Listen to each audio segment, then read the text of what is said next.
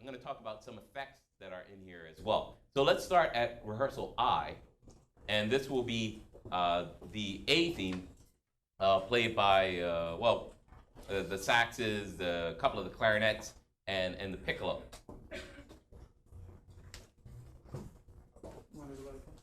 Sure. All ready? Set.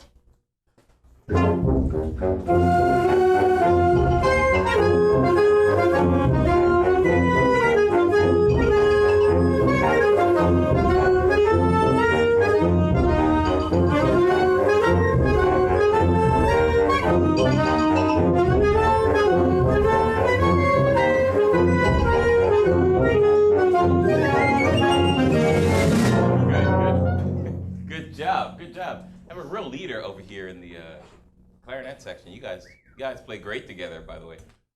So we're getting more sinister, and we're doing it in two ways. One, we have a more sinister melody to play, but also we've added all these sinister background pitchfork, torch-wielding mobsters.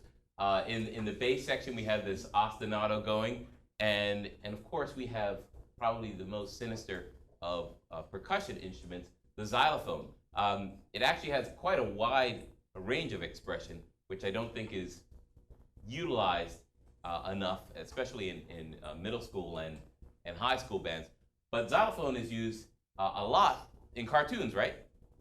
For Mickey Mouse cartoons where they show people running up the stairs, they'll have the xylophone going up or xylophone going down. But what's great is that it can really sound sinister if played in the right way. Can you play just one of those 6-note figures? Just pick anyone, it doesn't matter. Yeah, so when a xylophone sees that and knows that it's supposed to sound sinister, then in their head they could be thinking, ooh, should I play a little louder, maybe crescendo, maybe harder mallets, and all the things that come with the technique of percussion that goes to being more expressive. And the bass figure, well, let's hear that. Can we have the bass voices play? That is euphonium, tuba, timpani, bari sax, and bassoons. This is at I. Ready?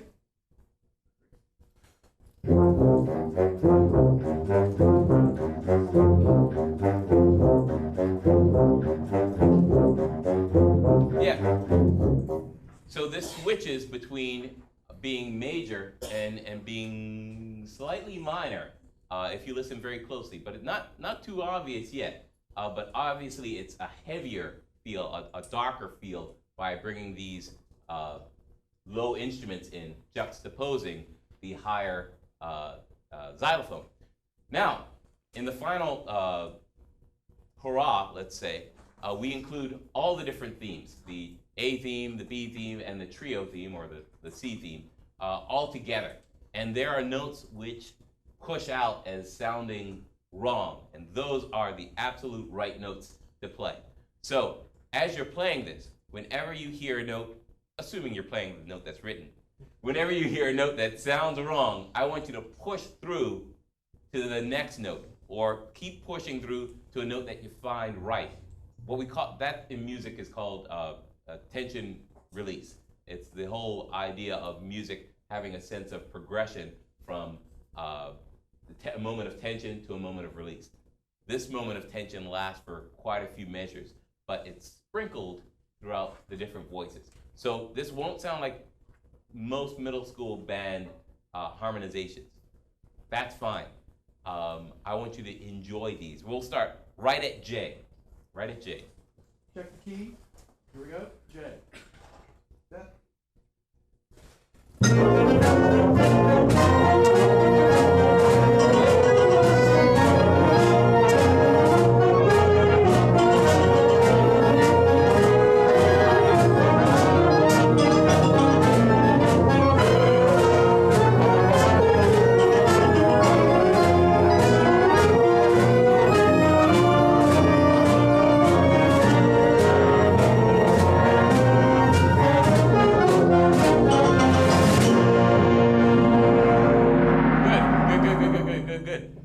I know one of the major issues that I had when I was writing this, and I actually spoke to Maestro Jenkins about this was the idea of a lot of counterpoint in a piece for young players. Because of all the technical issues that we face when we're playing in a large ensemble, and of course the technical issues that a young player plays with their experiences with their own instrument, it becomes increasingly and exponentially difficult to make a piece with a lot of counterpoint sound right, because sometimes even the people with the same music aren't always playing at exactly the same time. So this is the most difficult part of the piece, not only to play, but to also listen to picking out different things. So one rehearsal technique, which I'm sure you're familiar with, and bands that are used to playing a lot of contrapuntal music, is isolating the different voices and then putting them together. So maybe we can try now with just the A and the B theme. And those people are the clarinet, solo clarinet, clarinet 1, the saxophones, all the saxophones, all the trumpets, all the horns, and the first and second trombone. And oboe, yes. Okay. Good.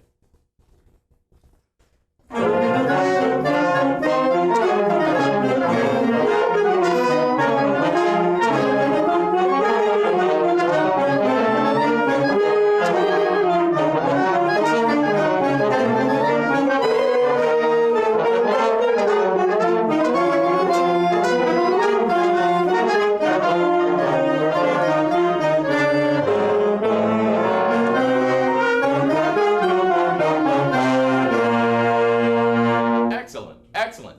Now let's just hear alone the C theme, or the trio theme, which is piccolo and the flutes, the second and third clarinets, bass clarinet, and euphonium. Set. 1, 2, 3.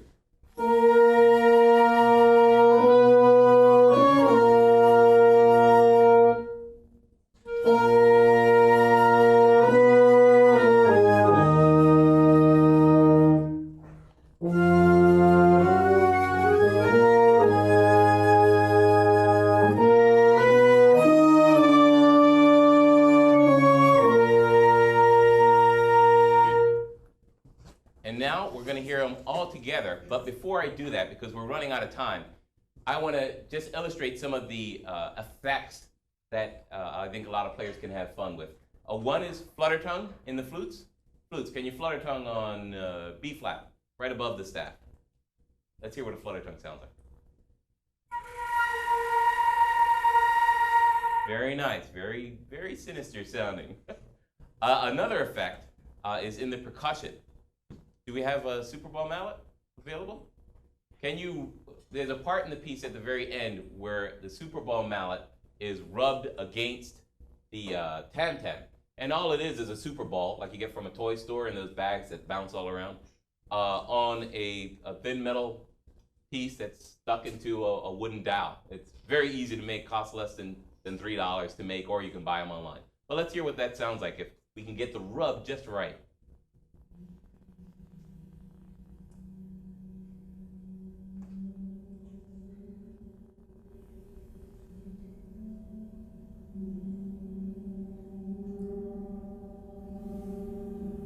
It's a beautiful sound. I don't know if you can hear that on the web, but it's the creepiest sound you can think of. And these are some of the things that go towards the attitude of the music. So we're just going to play the ending now, which is from K out to finish this off.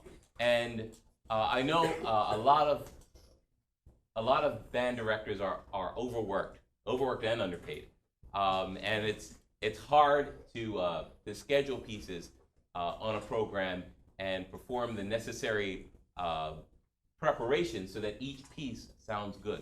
But I encourage all music educators and all students to try to go for something that stretches the imagination and stretches the ear, because that is going to be the most gratifying experience. It's always great to improve technically, and that's important because it helps you to express more. But there's some growth that has no equivalent when you open your mind a bit to different sounds and different ideas that you haven't experienced before. I would certainly like to thank our sponsors that are making this project possible, which include Make Music, which are the makers of Smart Music software and Finale Music software, Woodwind Brasswind, the Capitol Music Festival, Stage Right, Besson Instruments, Bando Shoes, Chop Saver, DF Music, and Lynn University, which is in Boca Raton, Florida. So we're gonna finish this out, and I hope you guys have had fun playing this, and thank you for being such guinea pigs for this experiment that we're doing. Okay.